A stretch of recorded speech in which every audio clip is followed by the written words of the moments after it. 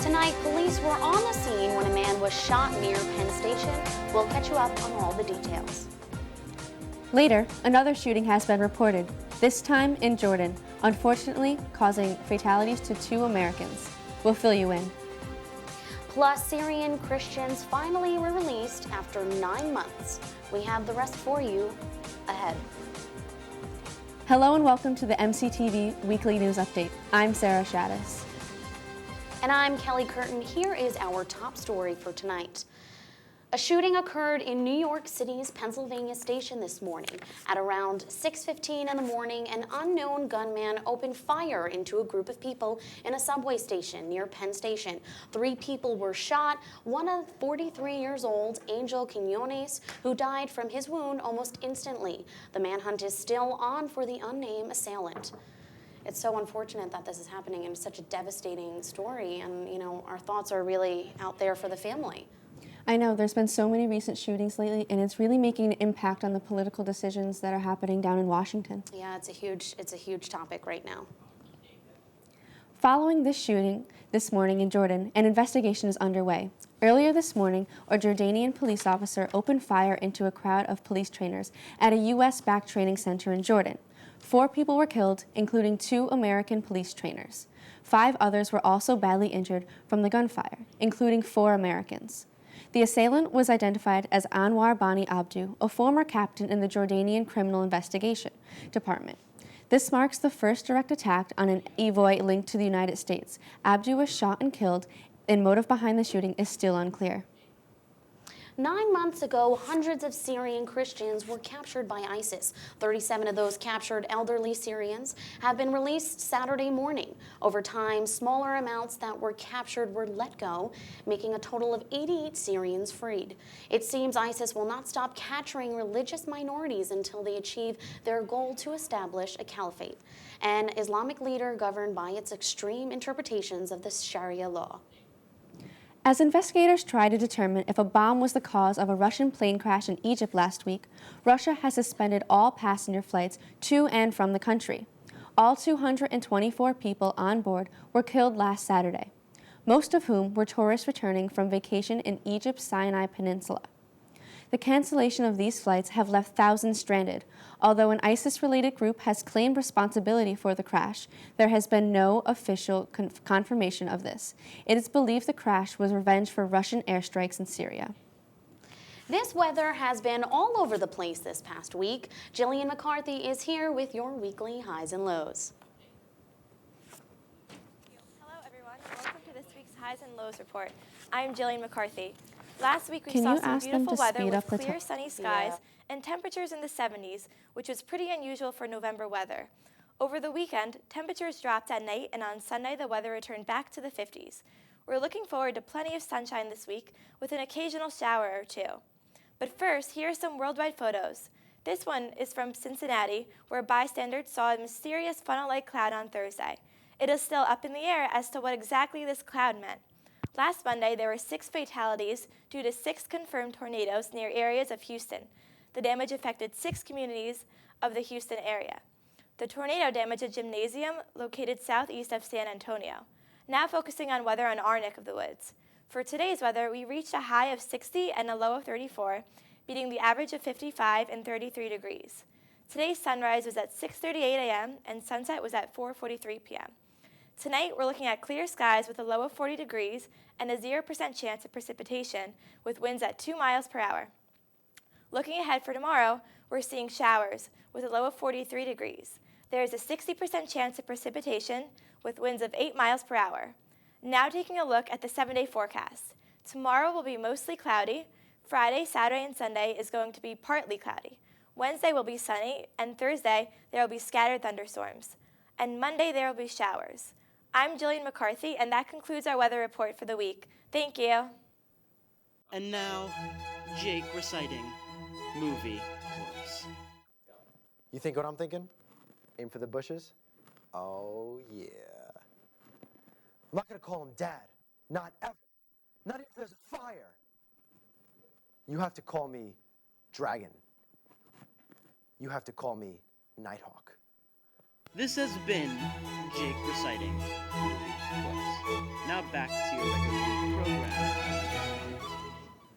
October was a successful month for the American job market. 271,000 jobs were created, making it the most successful monthly gain in 2015. The unemployment rate is now at 5%, the lowest it has been since 2008. After the financial crisis, the unemployment rate was 10%. This report may sway the Federal Reserve to go through with increasing interest rates in December for the first time in almost a decade. Looks like Whole Foods is in a deep decline after eliminating more than 2,000 jobs to try to cut costs. In the most recent quarter, sales have dropped by 0.2%, leaving little room for improvement till 2016. Looks like Whole Foods is no longer the place to buy your organic kale and asparagus water. Instead, opt for a reasonable price at your local grocery store because Whole Foods refuses to lower prices and cut their quality. This specialty store is becoming a little less special as affordable supermarkets are competing with their natural and organic products. Twitter users all over the world are responding to the social media company's major change this week. The beloved star used to favorite tweets was transformed into a heart to signify liking a tweet. Tweeters are complaining about the new emotional aspect of liking a tweet, stating that favoriting a tweet was much more rewarding. The switch caused an immense amount of backlash, and Twitter refuses to comment on the change. Will Twitter ever return the yellow star? I personally don't really mind that it changed, star, heart, not really a difference to me, but, how do you feel on this? I kind of miss the yellow star. It was really rewarding just to keep things in your bookmarks, but now it's more like Instagram or Tumblr with the liking. Yeah. So well, we'll see what Twitter does. It's going to be interesting to see how they respond to that, if they're going to change it or not. With all this business news, Peter Malavenda has a bit more to say. Here is this week's Fox Watch, followed by Olivia Jaquith with your Week in Sports. Thanks, guys. Who do you think was the highest paid woman in music this year? If you said Taylor Swift, you're wrong. Forbes magazine announced Wednesday that Katy Perry earned $135 million last year, blasting ahead of Swift's $80 million paycheck. The news has Swifties everywhere falling from cloud nine. After a recent string of successful songs pushed T-Swift to the top of the charts. Although the California girl has not released any new singles recently, Perry currently has major sponsorship deals with Claire's and CoverGirl and has been gaining global attention with her Prismatic World Tour. Cheers to you, Katie. Well, Marist students everywhere know that when campus computers are not helping us finish assignments, they're helping cure the world of Ebola. Now, Android users can have this technology on their smartphones. DreamLab, a new Android app that just landed in the Google Play Store, can help cure cancer while you sleep. Here's how it works. Plug the phone in before you go to bed, start up the app, and while you sleep, your phone will solve small problems that contribute to the big picture of this research. You can even choose what types of cancer research you would like to support. The institute leading this new program states that with just 100,000 phones actively using the app, they would be able to process data 3,000 times more quickly. And more good news for smartphone owners. This one is for anybody with an iPhone.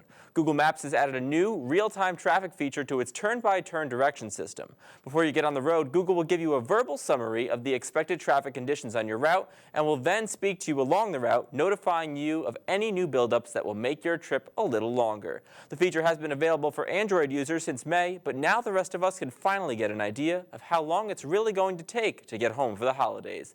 That's all the news you need to know to be in the know. With this week's Fox Watch, I'm Peter Malavenda. It was a successful weekend for Marist Red Foxes with wins in football, volleyball, and basketball. Behind strong play from its offensive, defensive, and special teams units, the football team won its fourth straight game on Sunday. With a season high in scored points, the Red Foxes defeated Stetson 49-14. Volleyball's 3-2 win over Canisius vaulted the team into third place in the MAC standing, with one regular season match remaining. Women's basketball defeated Division II Holy Family 86-66 in an exhibition game Sunday. The Red Foxes came out ready to play, shooting 19 for 32 from the field and 9 for 13 from deep to take a 49-30 lead into halftime. It's all about recovery in the NFL this week. Steelers quarterback Ben Roethlisberger will be sitting out for a few weeks after suffering a mid-foot sprain Sunday against the Raiders. The image of Roethlisberger being carted off the field is painfully familiar to Steelers fans who witnessed the same action as a result of their QB's MCL injury earlier this season, which sidelined him for 4 weeks. Vikings quarterback Teddy Bridgewater was diagnosed with a concussion Sunday after Rams defensive back LaMarcus Joyner elbowed him in the head. The Vikings narrowly defeated the Rams in spite of physicality that Vikings coach Mike Zimmer said crossed the line.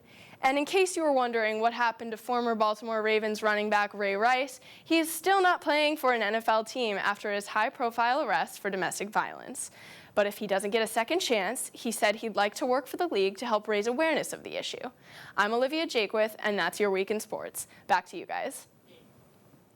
A mother in Alabama reported her son missing back in 2002, and now, 13 years later, she finally knows where he is. Julian Hernandez disappeared when he was 5 years old and is now 18. He was found in Cleveland. Bobby Hernandez has been arrested and charged with the kidnapping of his son. He is being held on $250,000 bond and could face additional charges. In Brooklyn, a woman is now offering motherly encouragement and advice to anyone who needs it. Nina Connelly is looking to share her advice with expertise with the public in this new business adventure. Connelly has 2 grown sons of her own and is targeting young people who are trying to make it in New York City. She has been answering many inquiries about the program since it started through a sponsored post on social media, and has said that she can understand many of the issues young people have today.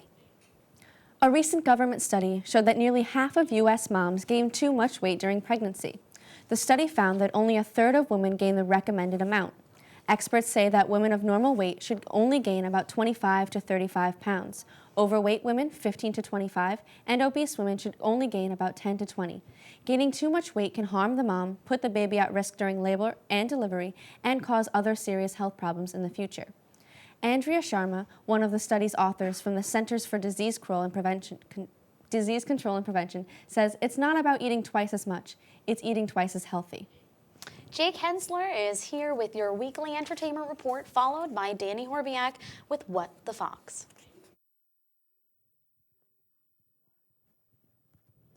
What are you talking about?